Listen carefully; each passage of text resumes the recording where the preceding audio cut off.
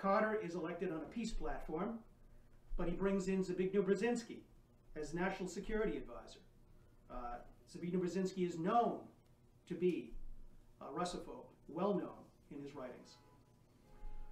Stansfield Turner, CIA Director, disparages the Team B findings, but Brzezinski advances their political agenda inside the White House. Brzezinski has a long reputation. He is a strange pick for advancing Détente. Paul Warnke, in an interview that we did with him in 1993, referred to Brzezinski as a neoconservative, but a whole lot smarter. I wouldn't quite agree with that. Well, I would never call him a neoconservative. He was hostile to the Soviet Union, yes, but not as a neocon. Not as in fact, today, Brzezinski is on the right side of just about every issue. Today he is. Yes. In fact, I had an exchange with him. Should I recount this? Yes, please. This was at the funeral ceremony or the reception for Sam Huntington. Brzezinski was there. I'd never met him before. And I went up to him and introduced myself, and I said, I agree with everything you're doing and saying, except for one thing.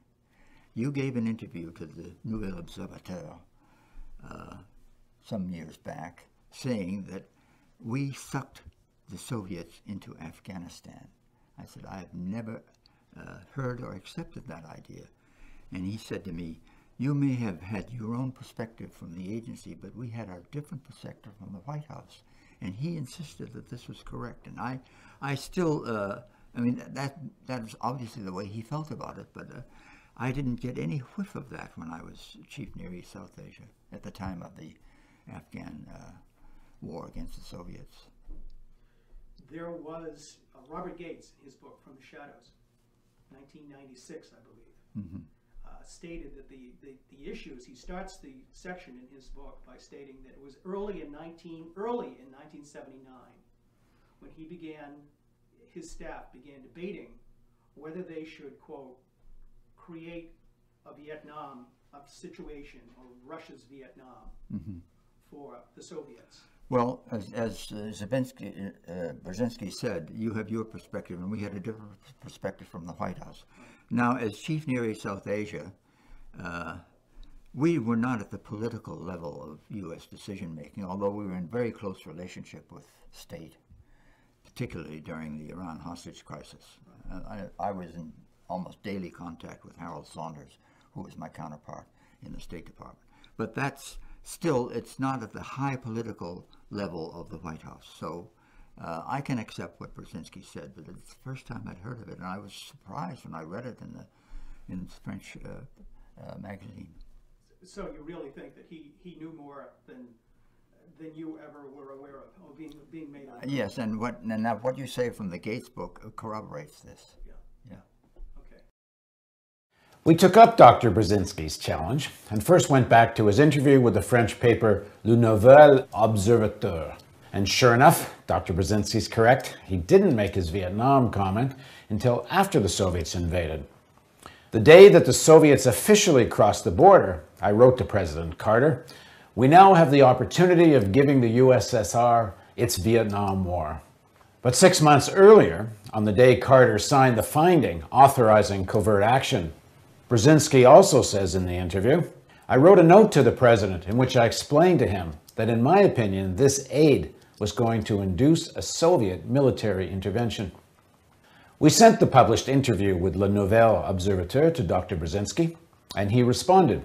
As far as the French interview is concerned, it was not an interview, but excerpts from an interview that was originally supposed to be published in full, but which they never checked with me for approval in the form that it did appear. We then went back to Robert Gates' book, From the Shadows. Although Dr. Brzezinski acknowledges in our interview that U.S. funding was for the purchase of weapons, as does Gates, they both make a point of stating that there was no direct supply of lethal weapons to the Afghan insurgency. President Carter's finding authorized, quote, the provision, either unilaterally or through third countries, of support to the Afghan insurgents in the form of either cash or non-military supplies. But Gates states in another paragraph, By the end of August, Pakistani President Mohammad Zia al-Haq was pressuring the United States for arms and equipment for the insurgents in Afghanistan. When Turner, then director of the CIA, heard this, he urged the DO to get moving in providing more help to the insurgents. They responded with several enhancement options, including communications equipment for the insurgents via the Pakistanis or the Saudis, funds for the Pakistanis to purchase lethal military equipment for the insurgents, and providing a like amount of lethal equipment ourselves for the Pakistanis to distribute to the insurgents. According to security analysts we've consulted, this could have been a violation of Carter's authorization to supply only cash and non-military support, which might explain the ambiguity.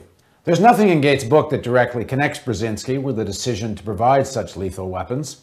We sent the relevant chapter of Gates' book to Dr. Brzezinski for comment, and he replied, "Prior to the overt Soviet invasion, though the Soviets were covertly already engaged in Afghanistan, we did decide to provide financial assistance to the resistance.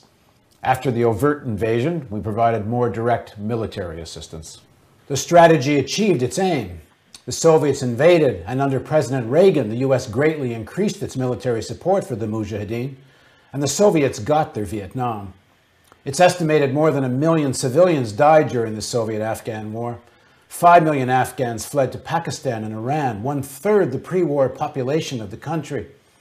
It's also the period when the CIA invited bin Laden to Afghanistan to inspire the Mujahideen.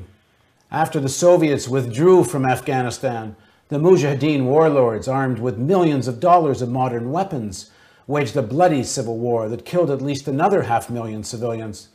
The chaos of civil war led to the rise of the Taliban.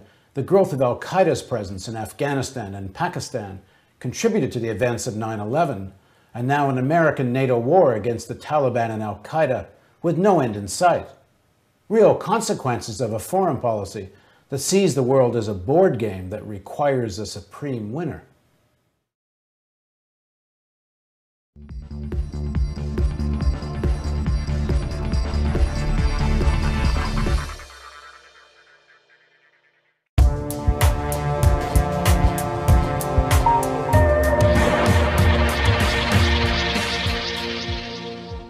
In 1979, Dr. Zbigniew Brzezinski was the National Security Advisor for President Jimmy Carter.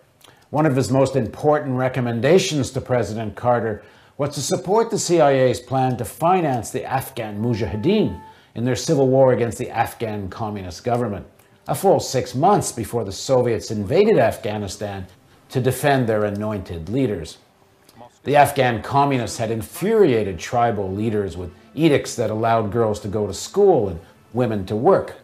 Although life in major cities was quite modern, with women enjoying some basic rights, the communist government also alienated urban Afghans with their bureaucratic and repressive rule. An armed insurgency developed in the countryside amongst poorly armed tribal forces. In the book From the Shadows by former CIA Director Robert Gates, now President Obama's Secretary of Defense, Gates writes that the objective of funding the Mujahideen was summed up this way at a senior-level meeting on March 30th, 1979.